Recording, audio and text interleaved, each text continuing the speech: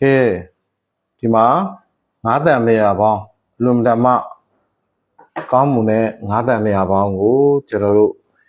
ဘယ်လိုချက်လဲဆိုတာသိချင်ဝင်ကြည့်ပေးပါဒီဘက်မှာဟင်းရည်လေးနဲ့ပါ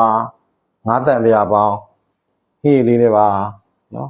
ဘယ်လိုချက်လဲသိချင်ဝင်ကြည့်ပေးပါလျာပေါင်းလောက်ဖို့အရေးကြီးဆုံးကအရင်ဆုံး unit တည်မယ် unit တည်ပြီးရင်းနှီးဖို့စအများကြီးထည့်စရေကငံသွားအောင်ထည့်အဲ့ရေအဲ့လိုငံသွားအောင်ထည့်ငါ့ကိုမှုံးမယ်ရေထဲမှာထည့်ပါမယ်စားငံရေထဲမှာထည့်ပါမယ်ရှမ်းနံနဲ့စီးနဲ့မြုပ်သီးစိမ်းအတောက်20လောက်ကိုချိန်ပါမယ်လှမ်းပါပြီ9မိနစ်လောက်နေမီးတက်လိုက်ပါတယ်နော်မီးတက်ပြီးတော့ငါ့ကိုပကံထဲထည့်ထားမယ်ကြိုပြီးတော့လုံးဝမညှီဘူးနော်သူကအဲ့ဒီရေလုံးဝမသုံးအောင်ဟောလုံးဝမသုံးအောင်ဒီရေကစားငံလေးနဲ့ဒီဘက်မှာစားလဲငံတဲ့ဒီရေပါလို့လည်းနေရဒီအသေးမှာအရသာထဲမှာအငံတက်လေးဝင်ပြီးငါကလေးဖန်နေလိမ့်နော်ညှိတဲပါပြီရင်နွေးတဲ့ကိုပစုံနဲ့အများကြီးထည့်မယ်အဲ့လိုအများကြီးထည့်တာအယောင်လေးကနည်းနည်းလေးရဲတဲတဲလေးဖြစ်သွားတယ်ထည့်ဒီတိုင်းစားရင်တော့ငံတာပေါ့ तू ကအချင်းနဲ့တွေ့တဲ့ချိန်ကျရင် तू ကပေါ့သွားမှာ ABC လေးနည်းနည်းထည့်ပါတယ် ABC အကျဲကြီးပါ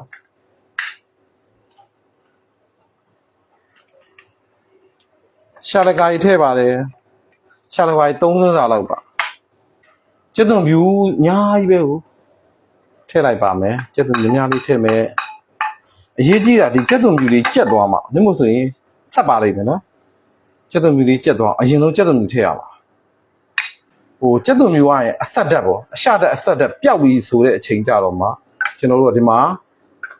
ငရုတ်သီးစိမ်းနဲ့ရှမ်းနံလေးအများကြီးကြိတ်ထည့်ထားတယ်အများကြီးထည့်ထားတယ်ရှမ်းနံင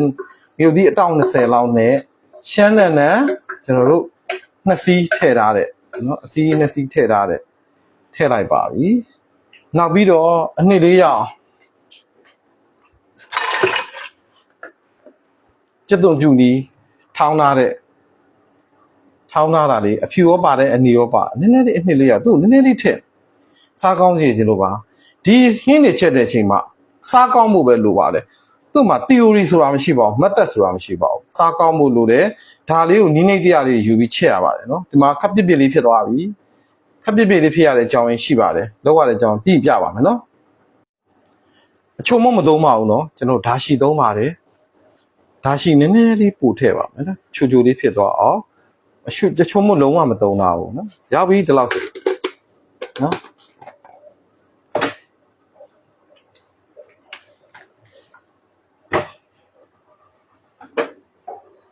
ကဲဟင်းရပါပြီဟင်းအရေးကြီးလေးကိုကျွန်တော်ဒီဘက်ကရင်ဟလာပကံလေးကိုထည့်ပါမယ်ဟင်းအရေးကြီးလေးကို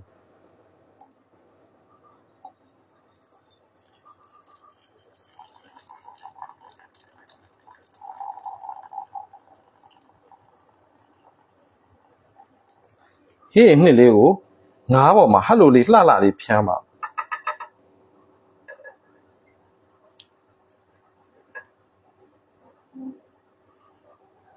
ကဲ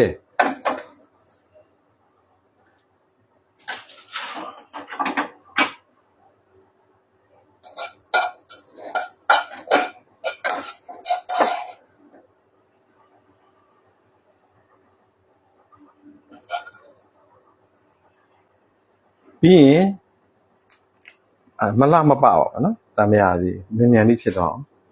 နံမီလေးတွေဟဲ့လားနံမီလေးလိုက်ထည့်လိုက်ပါနော်လေကင်လေးပါနံမီလေးတွေထည့်မယ်ပြီးတော့ဒီမှာတမ်းမရသီးလေးတွေပြီးရရင်လိုက်ထည့်လိုက်ပါမယ်နော်တမ်းမရသီးလေးတွေပြီးရလိုက်ထည့်လိုက်ပါမယ်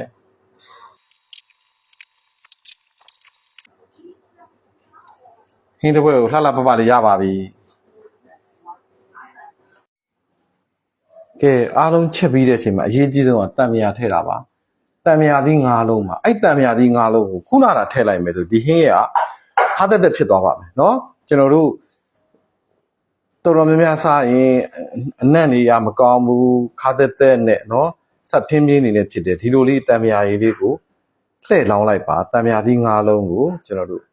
လှည့်လောင်းလိုက်ပါโอเคပါ